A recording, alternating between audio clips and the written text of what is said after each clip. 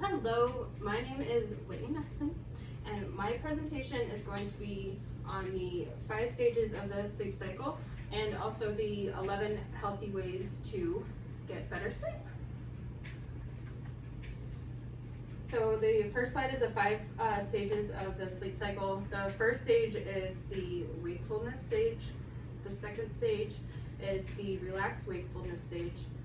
Stage 3 is light sleep, stage 4 is deep sleep, and stage 5 is REM sleep. So, in the relaxed wakefulness, this includes the physiology, which is your body temperature drops and you have very slow eye movements. Some of the experiences that you may have during relaxed wakefulness is some hypnotic jerks, illogical thoughts when drifting off to sleep, and reduced awareness of your surroundings. In the light sleep stage, it's still easy to wake up from this stage. You have decreased heart rate, decreased blood pressure, and no eye movements.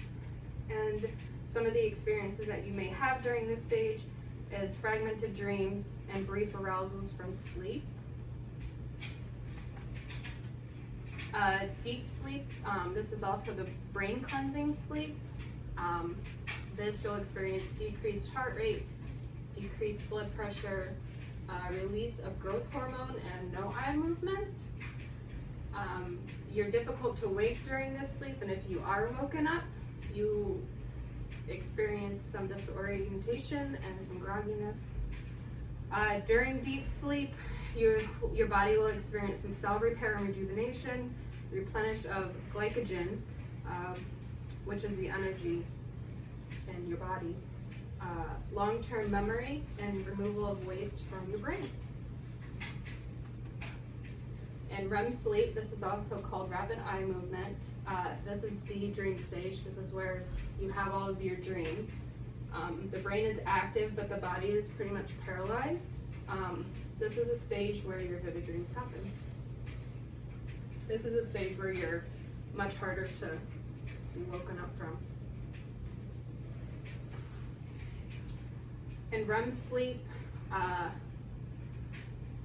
you'll have some rapid eye movements, loss of muscle tone, limited thermoregulation, which is either shivering or sweating, an elevated heart rate, and elevated respirations.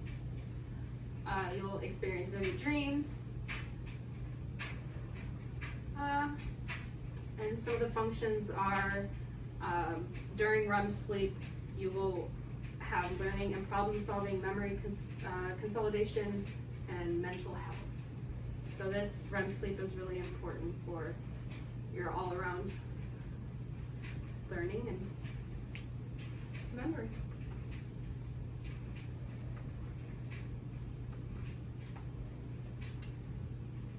So this next phase is creating a healthy sleep environment. There are 11 healthy sleep practices that will promote healthy sleep. The first one is you want to stick to a sleep schedule. Consistency is key. So this could regulate your body and allow you to fall asleep faster and to stay asleep. You know, more consistent that you are, the easier it will get.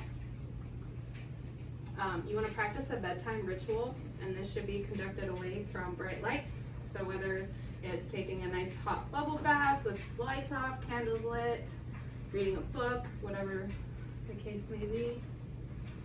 Exercise is really super important. It's good to exercise at any time of the day, and it doesn't have to be anything heavy or vigorous. Avoid napping.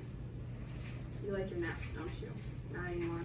Okay. If you're having trouble sleeping, avoid naps, especially in the afternoon. But power napping can help you for a little 15-20 minute cat nap. But at night, if you're finding it hard to fall asleep, avoid naps altogether.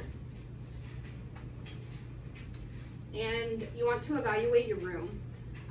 Your bedroom should be a cool place. It's best to have it between 60 and 67 degrees. Noiseless is also really super important for healthy sleep. What's that?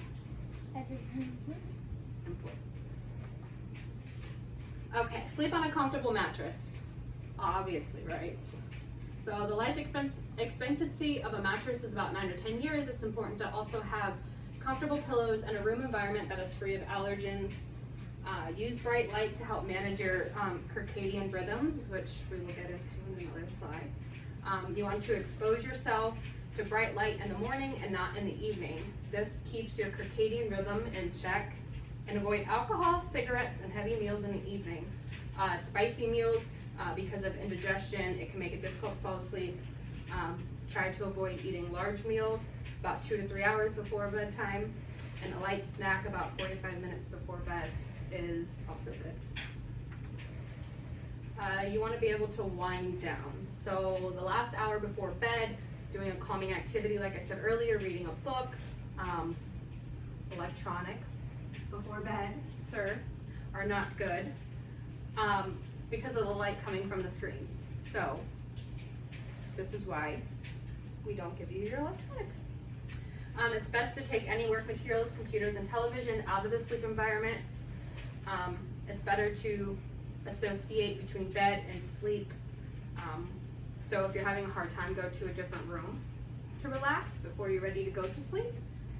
And if you're still having trouble, it's a good idea to seek out a health professional or a doctor because there could be other underlying issues.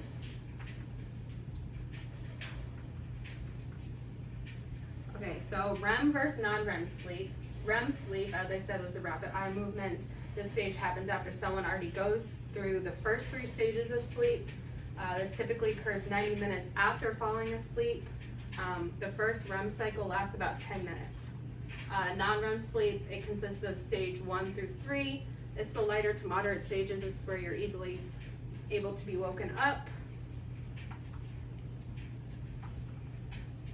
So this is where the circadian rhythm comes into place. This is the 2 main processes that govern the amount of sleep that is obtained. The circadian rhythm is basically your internal alarm clock. It regulates your sleep and wake cycles and your hormonal secretions. Homeostatic sleep drive, it increases the need for sleep as a period of wakefulness lengthens.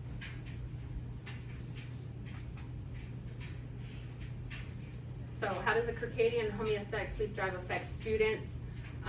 Usually young adults and students, they feel more awake in the evening, so they're not getting enough adequate sleep. So they're staying up later, and then on the weekends they're trying to have to play catch up. So the definition of sleep deprivation, the situation or condition of suffering from a lack of sleep. Some of the signs that you are sleep deprived: irritability, unmotivated, anxious, trouble, concentrating, and poor decisions.